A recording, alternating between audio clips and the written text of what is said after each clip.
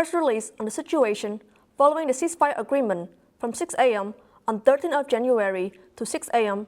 on the 14th of January 2026.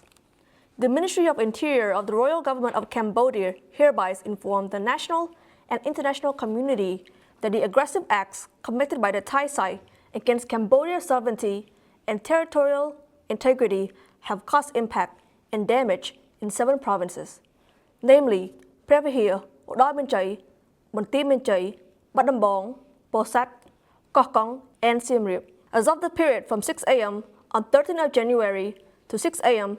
on the 14th of January 2026, the overall situation is as follows. First, situation of displaced person. An additional 5,101 displaced persons returned to their homes. Therefore, out of a total of more than 640,000 displaced persons, approximately nearly 500,000 displaced persons have reintegrated into their communities.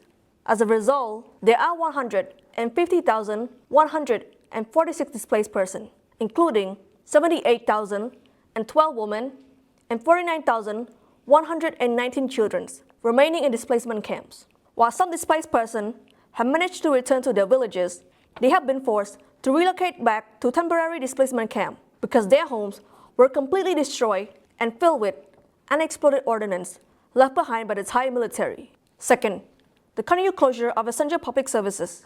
In Udai Mian Chai province, 231 schools, 34 hospital or health centers, 1 provincial administration, 33 provincial departments, 5 district administrations, 10 competent enforcement units at municipalities and district level, 23 commune Sankat administrations, and 23 police stations have resumed operations, while 40 schools, 7 hospital or health centers, 1 commune Sankat administrations, and 1 police station remain temporarily closed.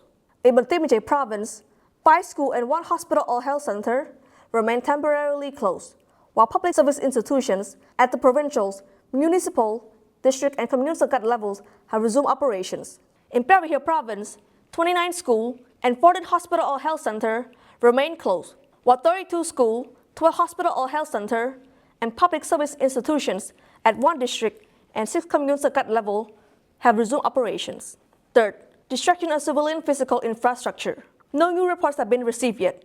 Therefore, from the 7th of December 2025, damage to private properties include 435 houses, 7 privately owned buildings, 10 apartment or hotel, 3 gas stations, 1 private market, 34 cars, 8 motorcycles, 1 cassava purchasing warehouse, 1 storage warehouse, 3 cell towers, 6 water reservoirs and water treatment facilities, 1 rice barn, and 2 animal or wildlife.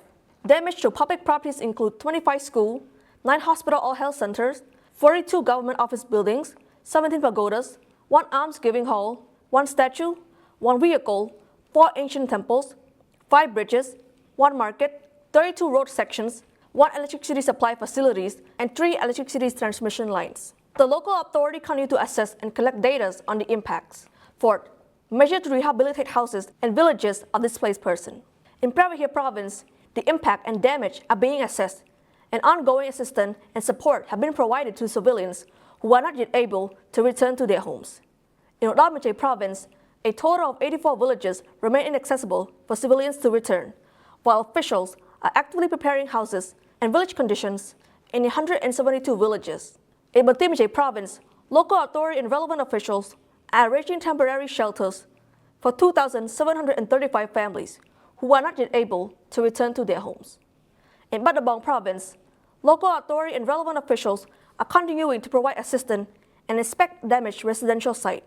In Posat province, local authority and relevant officials are paying close attention to residents who have returned to their home. In addition, local authority and relevant officials at all levels are continuing to cooperate in providing public awareness and education for residents on the impacts and danger posed by the unexploded ordnance.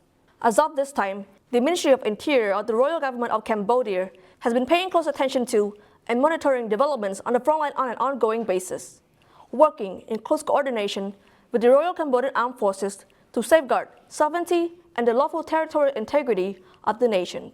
At the same time, under its competence, the Ministry has continued to introduce additional measures to help promote the restorations of citizen livelihoods. In line with the Royal Government's firm commitment to reviewing, assessing, and addressing key priority issues, including the urgent restorations of essential public services, the financial debts of citizens, and the impacts on agricultural crops. The ministry has continued to ensure the delivery of public services at the provincial, municipal, districts, and commune sangat levels, with particular emphasis on the reissuance of civil status and identification documents for citizens whose documents were lost or damaged or who were displaced from their homes. The Ministry of Interior of the Royal Government of Cambodia fully supports and expresses its firm confidence in the position of the Royal Government of Cambodia, which has consistently placed the highest value on peace and has been striving to resolve the border issue through peaceful means in accordance with technical principles and in full compliance with international law, treaties, conventions, and agreements between the two countries, particularly in support of Samdech Akek Mahasenapadai Techo Hun Sen, who clearly reaffirmed that Cambodia will not make any concession compromising its sovereignty or dignity. Accordingly, our fellow citizens are called upon to continue strengthening their spirits of patriotism, self-reliance, diligence, and national ownership in order to safeguard and build our nation.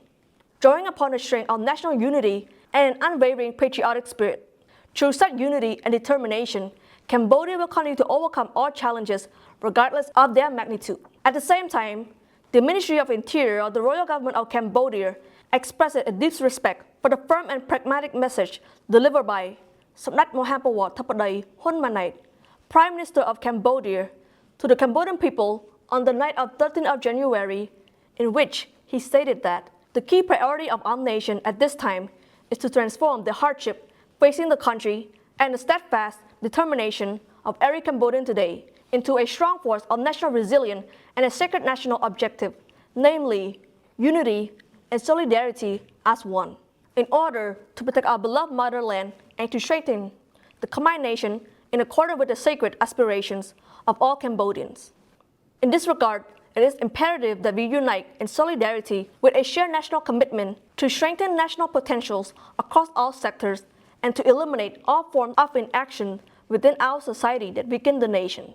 Furthermore, the Ministry of Interior of the Royal Government of Cambodia is firmly committed to faithfully implementing the guidance of Samdech Thapadai, who emphasized that combating transnational crime is a top priority on the government policy agenda, and by no means coincidental. The consistent adoptions of firm and decisive measures against cybercrime in recent times stand as clear evidence of the government political commitment to combating this form of transnational crime, which constitute a shared concern of Cambodia, the region, and the international community. In its capacity as the government-led institutions for law enforcement and territorial administrative management, the Ministry of Interior hereby calls upon citizens, civil officials, local authority, competent forces, relevant ministries and institutions, as well as national and international partners to unite and cooperate in the spirit of global solidarity to eradicate all forms of cybercrime occurring worldwide. Phnom Penh, 14th of January 2026. Thank you.